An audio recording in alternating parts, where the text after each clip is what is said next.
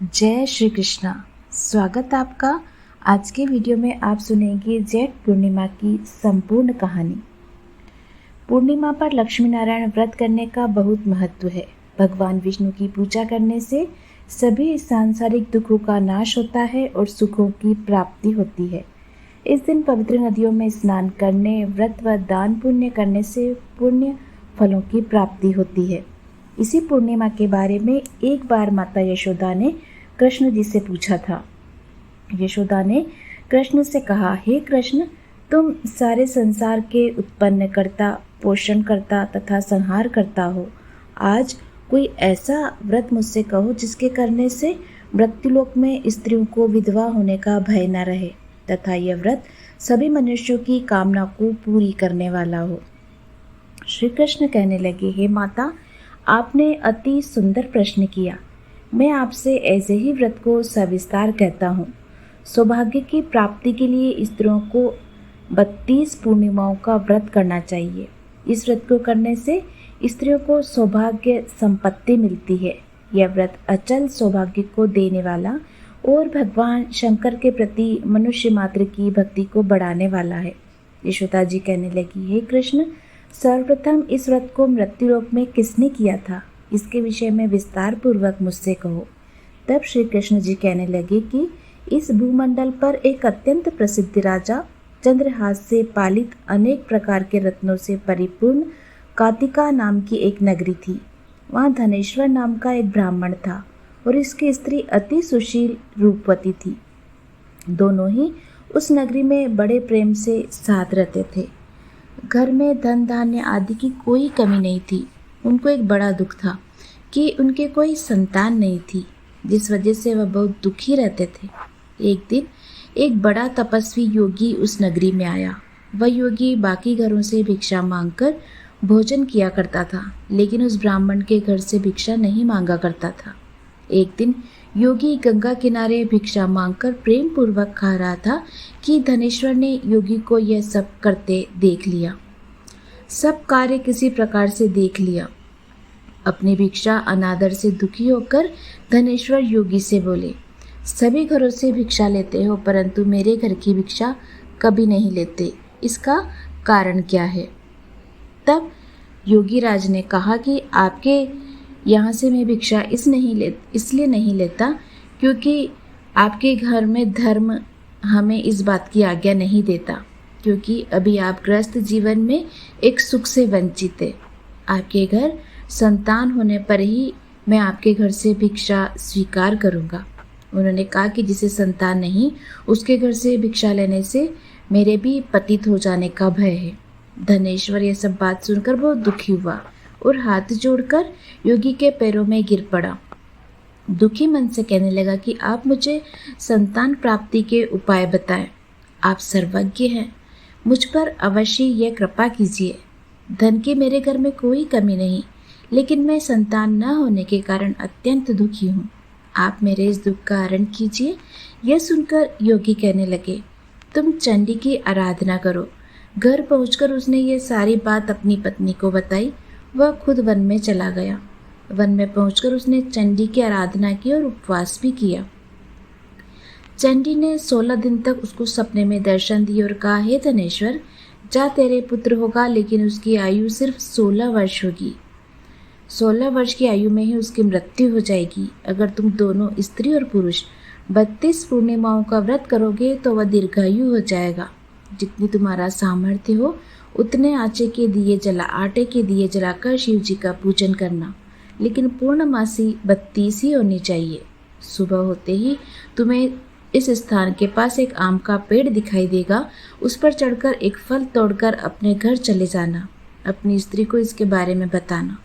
सुबह स्नान होने के बाद वह स्वच्छ होकर शंकर जी का ध्यान करके उस फल को खा ले, तब शंकर भगवान की कृपा से उसको गर्भ हो जाएगा।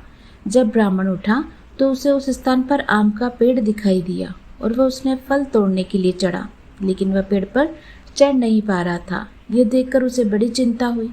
उसने भगवान गणेश की उपासना की और कहा, हे दयानिधे, अपने भक्तों के विघ्नों का नाश करके उनके मंगल कार्य को करने वाले दुष्ट का नाश करने वाले, रिद्धि सिद्धि देने वाले आप मुझे इतना बल दें कि मैं अपनी मनोकामना पूरी कर सकूं। इसके बाद वह पेड़ से फल तोड़कर अपनी पत्नी के पास पहुंचा। उसकी पत्नी ने अपने पति के कहे अनुसार इस फल को खा लिया और वह गर्भवती हो गई। देवी की कृपा से उसे एक बहुत सुंदर पुत्र पैदा हुआ। उसका नाम उन्होंने देवीदास रखा। माता पिता के हर्ष और शोक के साथ वह बालक बढ़ने लगा। भगवान की कृपा से बालक बहुत ही सुंदर था, सुशील और पढ़ाई लिखाई में भी बहुत निपुण था। दुर्गा जी के कथा अनुसार उसकी माता से 32 पूर्णमासी का व्रत रखा। जैसे ही 16वां वर्ग लगा, दोनों पति पत्नी बहुत दुखी हुए, कहीं उनके पुत्र की मृत्यु न हो जाए। उन्होंने सोचा कि अगर उनके सामने यह सब हुआ तो वह कैसे देख पाएंगे। तभी उन्होंने देवीदास के मामा को बुलाया और 1 वर्ष के लिए देवीदास को काशी में पढ़ने के लिए भेज दिया। 1 वर्ष के बाद उसे वापस लेकर आ जाना। देवीदास अपने माता के साथ एक घोड़े पर सवार होकर अपने मामा के साथ चल दिया। उसके मामा को भी ये बात पता नहीं थी। दोनों पति पत्नी से 32 पूर्णमासी का व्रत पूरा किया। दूसरी तरफ मामा और भांजा दोनों रात गुजारने के लिए रास्ते में एक गांव में रुके। उस दिन उस गांव में ब्राह्मण की कन्या का विवाह होने वाला था। जिस धर्मशाला में वर और बारात के बाकी लोग रुके हुए थे, उसी धर्मशाला में देवीदास और उसका मामा ठहर गए। उधर कन्या को तेल आदि चढ़ने के बाद जब लग्न का समय आया तो वर की तबीयत खराब हो गई। वर के पिता ने अपने परिवार वालों से विचार विमर्श करके कहा कि यह देवीदास मेरे पुत्र जैसा ही है, मैं इसके साथ लगन करा दूं और बाद में बाकी सारे काम मेरे बेटे के साथ पूरे हो जाएंगे। ऐसे कहने के बाद वर के पिता देवीदास को मांगने के लिए उसके मामा के पास गए। उन्हें सारी बात बताई। मामा ने कहा कि कन्यादान में जो कुछ भी मिलेगा वो हमें दिया जाए। वर के पिता ने बात स्वीकार कर ली। इसके बाद देवीदास का विवाह कन्या के साथ संपन्न हो गया। इसके बाद वह अपनी पत्नी के साथ भोजन न कर सका और मन में विचार करने लगा कि न जाने यह किसकी पत्नी होगी। यह सोचकर उसकी आंखों में आंसू आ गए। तब वधू ने पूछा कि क्या बात है, आप उदास क्यों हैं? तब उसने सारी बात पत्नी को बता दी। तब कन्या कहने लगी, यह ब्रह्म विवाद के विपरीत है। आप ही मेरे पति है, मैं आपकी पत्नी रहूंगी, किसी अन्य की नहीं। तब देवीदास ने कहा, ऐसा मत करिए क्योंकि मेरी आयु बहुत कम है, मेरे पास आपका क्या होगा। लेकिन उसकी पत्नी नहीं मानी और बोली, स्वामी आप भोजन कीजिए। दोनों रात में सोने के लिए चले गए। सुबह देवीदास ने पत्नी को 4 नगों से जड़ी एक अंगूठी दी और एक रुमाल दिया और बोला कि हे प्रिय, इसे ले लो और संकेत समझकर स्थिर चित्त हो जाओ। मेरे मरण और जीवन जानने के लिए एक पुष्प वाटिका बना लो, उसमें सुगंधी वाली एक नव मल्लिका लगा लो, उसको प्रतिदिन जल से सींचा करें और आनंद के साथ खेलो। जिस समय और जिस दिन मेरा प्राणांत होगा उस दिन यह फूल सूख जाएंगे। जब ये फिर से हरे हो जाएंगे तो जान लेना कि मैं जीवित हूँ। यह समझाकर वह वहाँ से चला गया। इसके बाद जब वर और बाकी बाराती मंडप में आए तो कन्या ने उसे देखकर कहा कि ये मेरा पति नहीं, मेरे पति वो हैं जिनके साथ रात में मेरा विवाह हुआ था। इसके साथ मेरा विवाह नहीं हुआ। अगर यह वही है तो यह बताए कि मैंने इसको क्या दिया। साथ ही कन्यादान के समय को आभूषण मिले उन्हें दिखाएं। कन्या की सारी बातें सुनकर वह कहने लगा कि मैं सब नहीं जानता। इसके बाद सारी बारात भी अपमानित होकर लौट गई। भगवान कृष्ण बोले, हे माता, इस प्रकार देवीदास काशी चला गया। कुछ समय बाद समय बीतता गया तो एक सर्प उसको डसने के लिए वहां आया, लेकिन उसको काट नहीं पाया क्योंकि उसकी माता ने पहले ही 32 पूर्णिमा के व्रत कर लिए थे। इसके बाद खुद काल वहां पहुंचा। भगवान की कृपा से तभी वहां माता पार्वती और भगवान गणेश आ गए।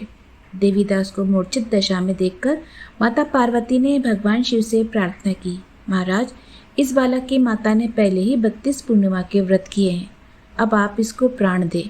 भगवान शिव ने माता पार्वती के कहने पर उसे प्राण दे दिए। उधर उसकी पत्नी उसके काल की प्रतीक्षा कर रही थी। उसकी पत्नी ने जाकर देखा कि पुष्प और पत्र दोनों ही नहीं हैं, तो उसको बहुत आश्चर्य हुआ। जब उसने देखा कि पुष्प वाटिका फिर से हरी हो गई है तो वह समझ गई कि उसका पति जिंदा हो गया। इसके बाद वह बहुत ही प्रसन्न होकर अपने पिता से कहने लगी, मेरे पति जीवित है, उनको ढूंढिए, जब 16वां वर्ष व्यतीत हो गया तो देवीदास भी अपने मामा के साथ काशी चल दिया। इधर उसकी पत्नी के परिवार वाले उन्हें ढूंढने के लिए जा ही रहे थे। उन्होंने देखा कि देवीदास और उसका मामा उधर ही आ रहे हैं। उसको देखकर उनके ससुर बहुत प्रसन्न हुए और उसे अपने घर ले आए।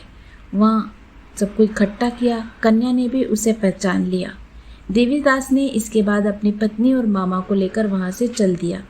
उसके ससुर ने उसे बहुत धन दहेज दिया। जब अपने घर की तरफ चल रहा था तो उसके माता पिता को लोगों ने खबर दी कि तुम्हारा पुत्र देवीदास अपनी पत्नी और मामा के साथ आ रहा है।